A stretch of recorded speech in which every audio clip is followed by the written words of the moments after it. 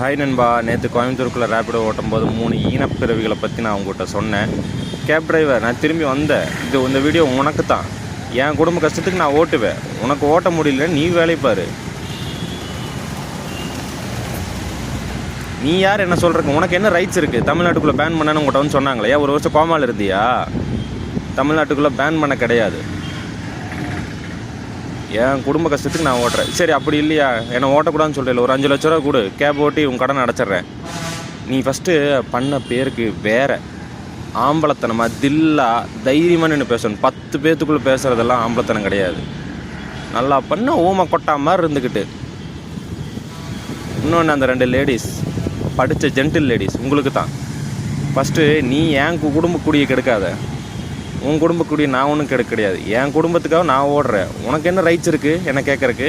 Video எடுக்கிறேன், தனியாக video எடுத்துச்சுன்னா phone எல்லாம் ஓட்டச்செறிஞ்சிருப்பேன்.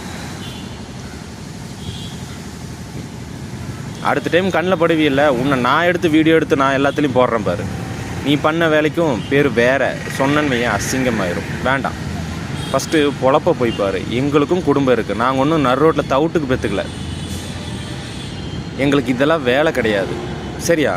எங்களுக்கு இது வேலையே கிடையாது. நான் எங்கள் குடும்பத்தை பார்க்க நாங்கள் ஓடிட்டுருக்குறோம் நைட்டும் பகலும்பா. ஆனால் நெஞ்சில் ஈரமே இல்லாமல் பச்சையாக புழுகிற வரேன் ஒரு நாளைக்கு இவ்வளோ தான் சம்பாதிக்கிறேன்னு. ஏன்னா உங்கள்கிட்ட ஓட்டுற ஹிஸ்ட்ரி இல்லை, எங்கள்கிட்ட ஹிஸ்ட்ரி இருக்குது. அதனால் வாய் விட்றேன். இன்னொன்று தெளிவாக சொல்லிக்கிறேன், வீரத்தனமாக உடம்புல தைரியம் இருந்தால் மட்டும் ஒத்த ஃபேஸ் டு ஃபேஸ் பண்ணி. இந்த 10 பேர்த்த கூட்டிகிட்டு பேசுகிறது அதுக்கெல்லாம் பேர் வேறு. ப்ளீஸ், எனக்கு இதுக்கெல்லாம் டைம் இல்லை. என் குடும்பத்தை நான் பார்க்கணும், சரியா? எனக்கு லைஃப்பில் அடுத்தடுத்த கமிட்மெண்ட்ஸ் இருக்குது.